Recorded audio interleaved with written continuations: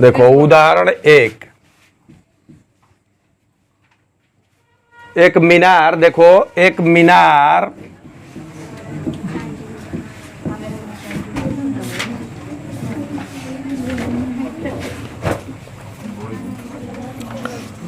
धरती पर ऊर्ध्वाधर खड़ी है। धरती पर ऊर्ध्वाधर खड़ी है।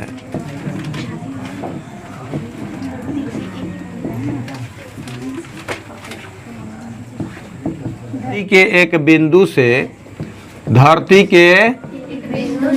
एक बिंदु से मीनार के पाद बिंदु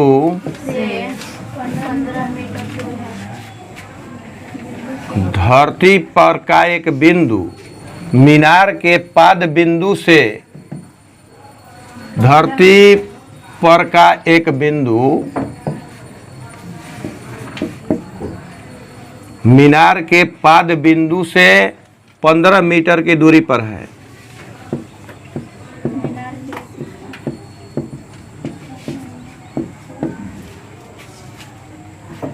जिसके शिखर का उन्नयन कोण 60 डिग्री है। शिखर का उन्नयन कोण 60 डिग्री है।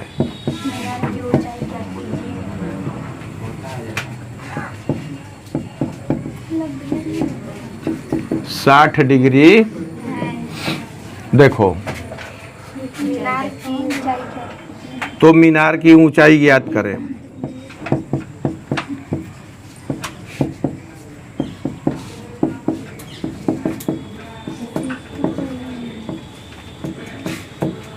यहां देखो चित्र कैसे बनाएंगे।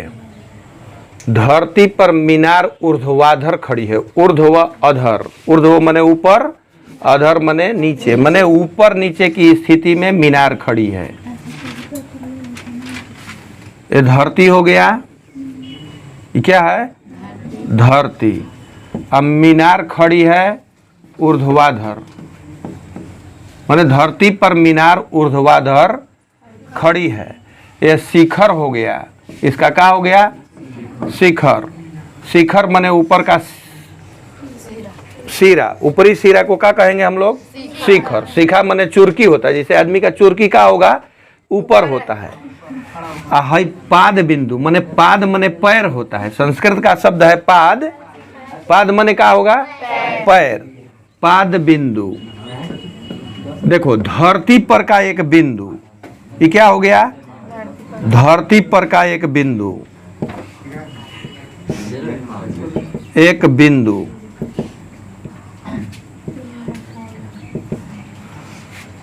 फिर से क्वेश्चन पढ़ते हैं हम लोग। एक मीनार धरती पर ऊर्ध्वाधर खड़ी है। धरती पर का एक बिंदु मीनार के पाद बिंदु से 15 मीटर की दूरी पर है। यहां देखो आई 15 मीटर धरती पर का बिंदु मीनार के पाद बिंदु से कितना मीटर दूर है? 15 मीटर दूर है। इस बिंदु का मीनार के शिखर के साथ उन्नयन कोण 60 डिग्री है। तो मीनार की ऊंचाई ज्ञात करें। उन्नयन कोण माने इस धरती पर के बिंदु से कोई उसके शिखर को देखता है, ऊपर शिखर पर ताकेगा तो ऊपर होगा। हाँ ऊपर। तो देखो ऊपर देखेगा तो इसका उन्नयन कोण बन रहा है कै डिग्री का? 60 डिग्री। क्वेश्चन में कह रहा है। तो मीनार की ऊंचाई ज्ञात करें। अब मीनार की ऊंचाई मान लो कि h है। क्या है? हाई 15 मीटर दिया हुआ है। इसमें कौन सा लेंगे हम लोग? इसका नाम दे दो A, B, हाई C। धरती पर का बिंदु है C और मीनार है AB। माना मीनार की ऊंचाई h है, दिया हुआ है BC। धरती पर का बिंदु है C। क्या लिखेंगे हम लोग? माना धरती पर का बिंदु, धरती पर का एक बिंदु सी है, एक बिंदु का है सी है। मीनार की ऊंचाई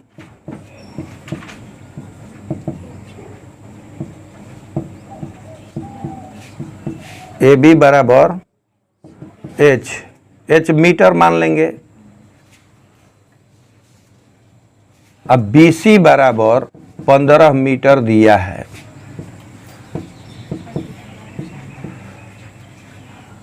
कोण सी बराबर 60 डिग्री। तो मीनार की ऊंचाई एच ज्ञात करना है।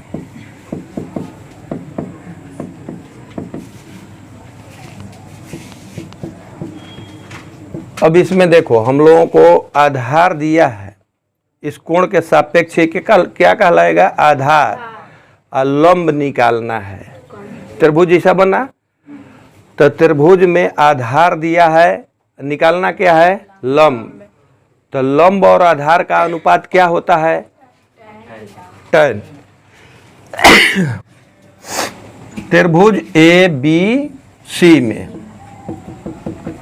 लिखेंगे tan 60 डिग्री बराबर लंब बटा आधार होता है, क्या होगा? लंब बटा आधार। तो लंब कौन हो जाएगा? A B. आधार कौन होगा? B C. tan 60 डिग्री का वैल्यू कितना होता है? √3 बराबर ए बी को हम लोग एच माने हैं, एच बटा 15। अब यहाँ तिरछा गुना कर देंगे हम लोग ऐसे, एच बराबर 15√3 मीटर। माने मीनार की ऊंचाई एच बराबर 15 अतः मीनार की ऊंचाई 15√3 मीटर। मीनार की ऊंचाई 15√3 मीटर। यही निकालना था, यही उत्तर हो गया। उदाहरण 2 देखो।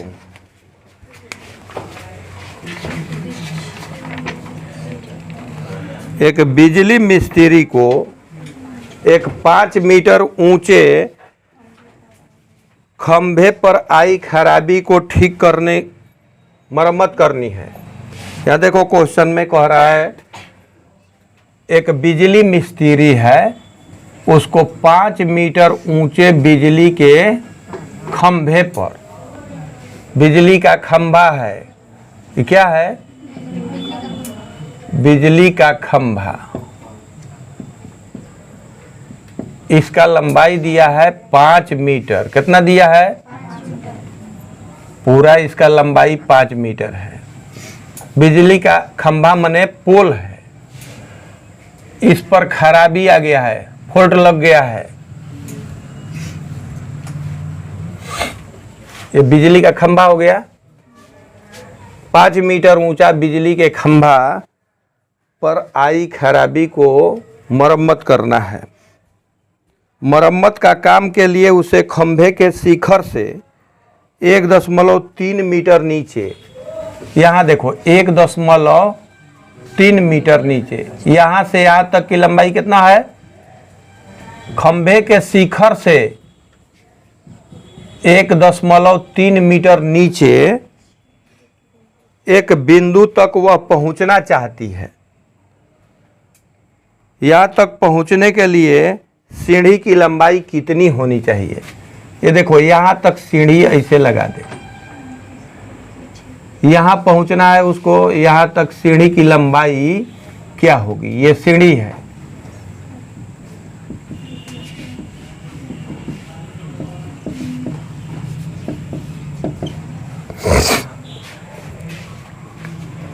जो 36 से 60 डिग्री के कोण पर झुकाने पर अपेक्षित स्थिति में पहुंच सकता है।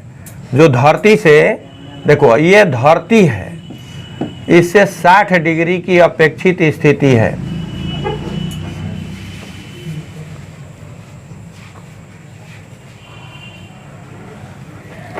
यह भी बताइए कि खंभे के पाद बिंदु कितनी दूरी पर सीढ़ी के पाद बिंदु से होना चाहिए।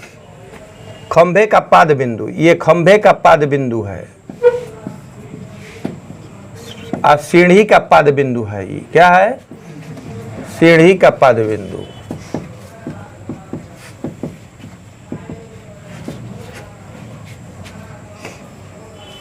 अब देखो हम लोगों को क्या क्या दिया है।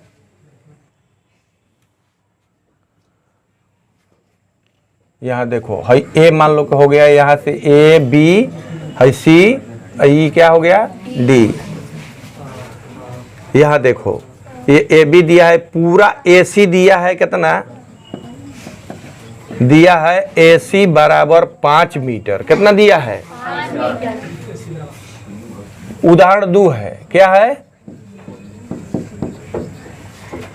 अब यहां देखो ए बी बराबर है 1.3 मीटर। तो त्रिभुज हम लोगों को बन रहा है सीढ़ी के साथ, के यहां से BC। ये BC निकाल लेंगे हम लोग। 5 माइनस 1.0 घटाने पर कितना आ जाएगा? देखो 5.0 लिखते हैं। सिर्फ 5 दिया है तो क्या लिखेंगे? 5.0।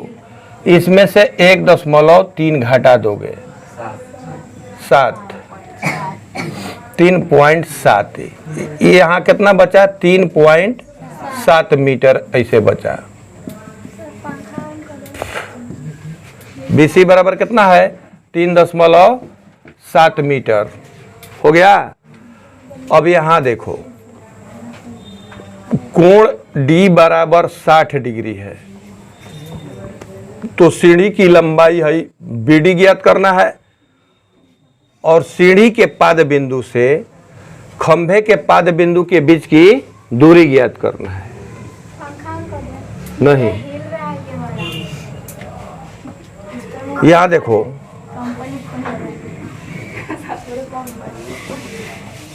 तो सीढ़ी की लंबाई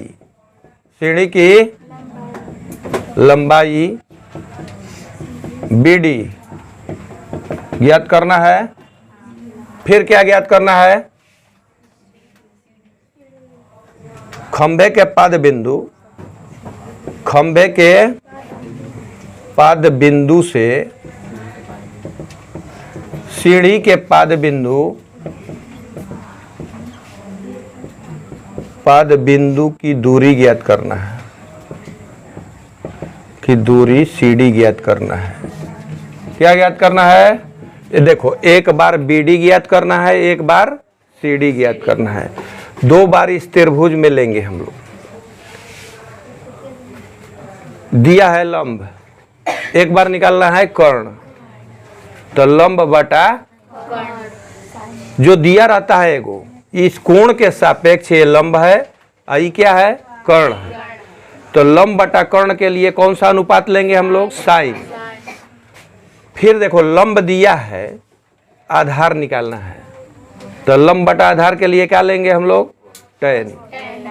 लंब बटा आधार बराबर tan होता है ना, जिसे लाल बटा काका है। नहीं याद रहता है तो देखो इसे बना लेते हैं हम लोग, लाल बटा, यहां देखो लंब और कर्ण निकालना है, तो लंब और कर्ण का अनुपात क्या है? साइन। आधार और कर्ण, अगर आधार मालूम है और कर्ण निकालना है तो कौस लेंगे, और लंब आधार का जब रहेगा तो tan लेंगे।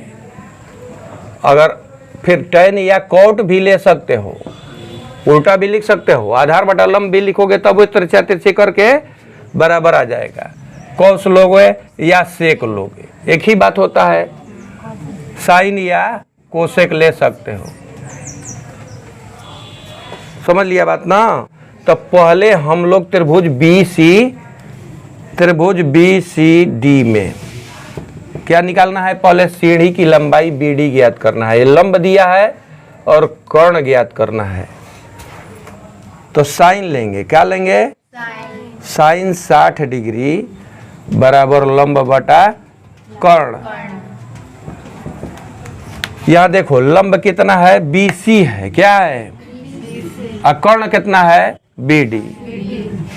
यहाँ साइन 60 डिग्री का वैल्यू कितना होता है? √3 बटा, अब BC कितना दिया है? 3 BD निकालना है।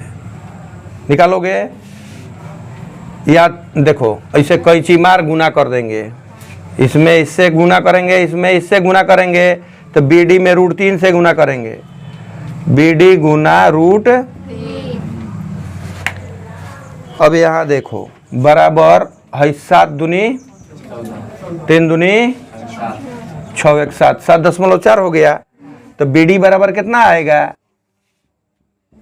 7.4 बटा √3। अब इसमें हम लोग क्या करेंगे? गुना कर दो। √3 से पहले गुना करो ऊपर नीचे, हर के परिमेयकरण करने के लिए। √3 बटा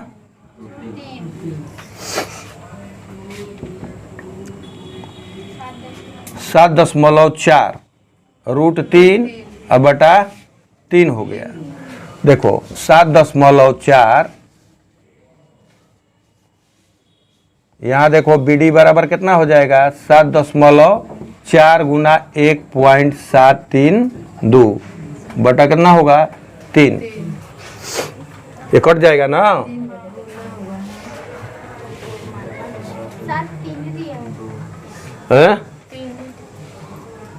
ठीक है, कितना हो दिया? अरे ले लोगे तब कोई अंतर नहीं पड़ेगा। 7 3 2 भी लोगे तो कोई अंतर नहीं पड़ेगा, क्योंकि इसका वैल्यू होता है हम लोग जानते हैं। लेकिन 1.7 लेने के लिए कह रहा है। किताब में क्या कह रहा है? केवल 1.7 कह रहा है। 7 3 तो ठीक है, इतना ही गुना कर लो, और नहीं तो पूरा भी गुना कर सकते हो। ये कटेगा तो कटा सकते हो। ये कटेगा? 3 5 नहीं कटेगा, गुना करो और तब 3 से भाग दे देंगे। देखो गुना करेंगे 1 7 3 2 7 4 से गुना कर दो। 4 दूनी 4 तिहाई 12 28 1 29 4 कम 4 आ 2 6 7 दूनी 70 के 21 22 7 7 49 49 2 51 और 7 7 5 कितना होगा? 8 6 9 2 11 6 1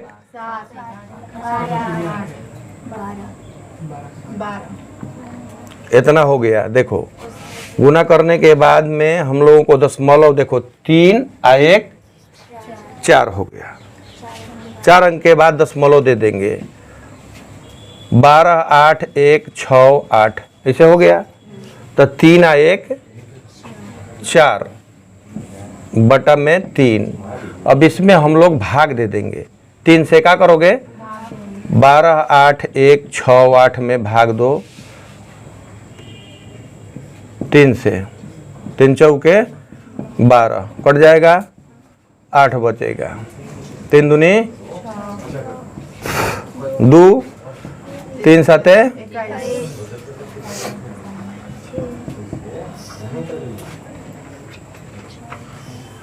कितना आया? फिर आगे है ना 3 दूनी कटेगा, फिर 8 ले आओ। 3 दूनी इतना आ गया। 4.272 है ना आगे। अब इसके आगे देखो ऐसे 4.27222 उसके आगे है, तो 4 का लिख देंगे हम लोग 2 8 वो बढ़ा देंगे। नहीं तो 2 7 भी लिखोगे ना कोई दिक्कत नहीं है। ऐसे नियम के अनुसार 2 7 होगा, लेकिन अगर मान लो कि आगे दिया है तो लिख दो 2 8 भी लिख दोगे तो कोई दिक्कत नहीं है।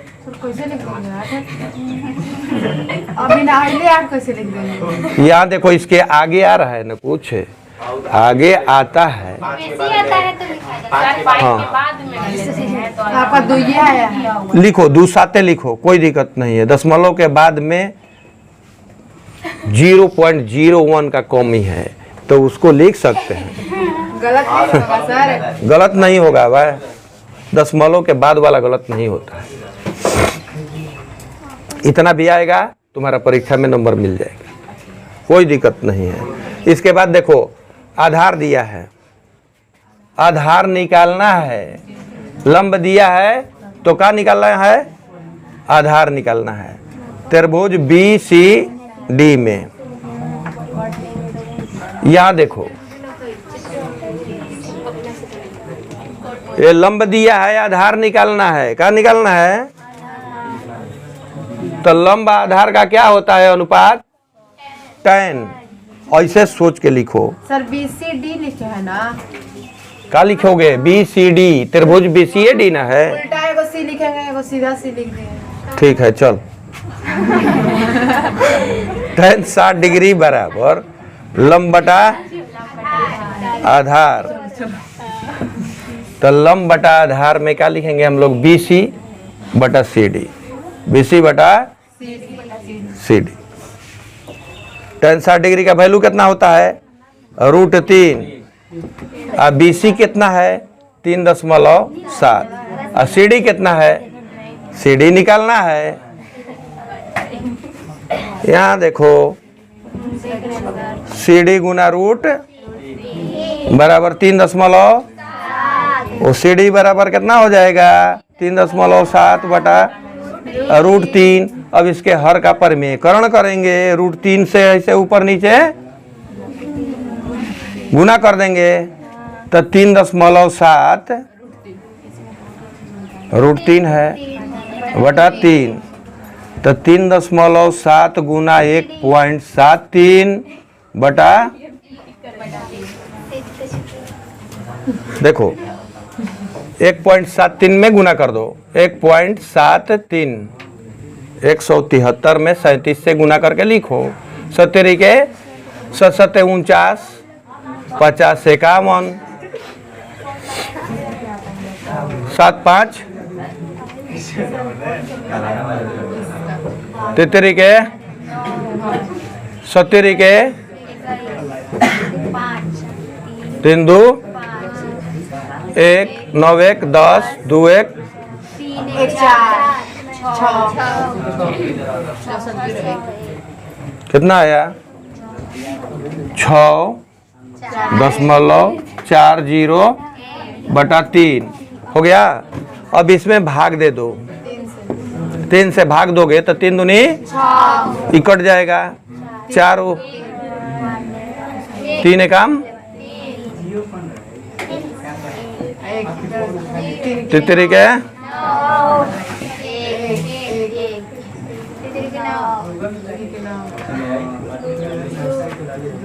देखो इसमें भी दिया है तो 2.133 आया। उत्तर में लिखा है 1.4, जबकि नियम के अनुसार इतना ही होगा। 2.14 लिख दिया है मीटर। चलो ठीक है।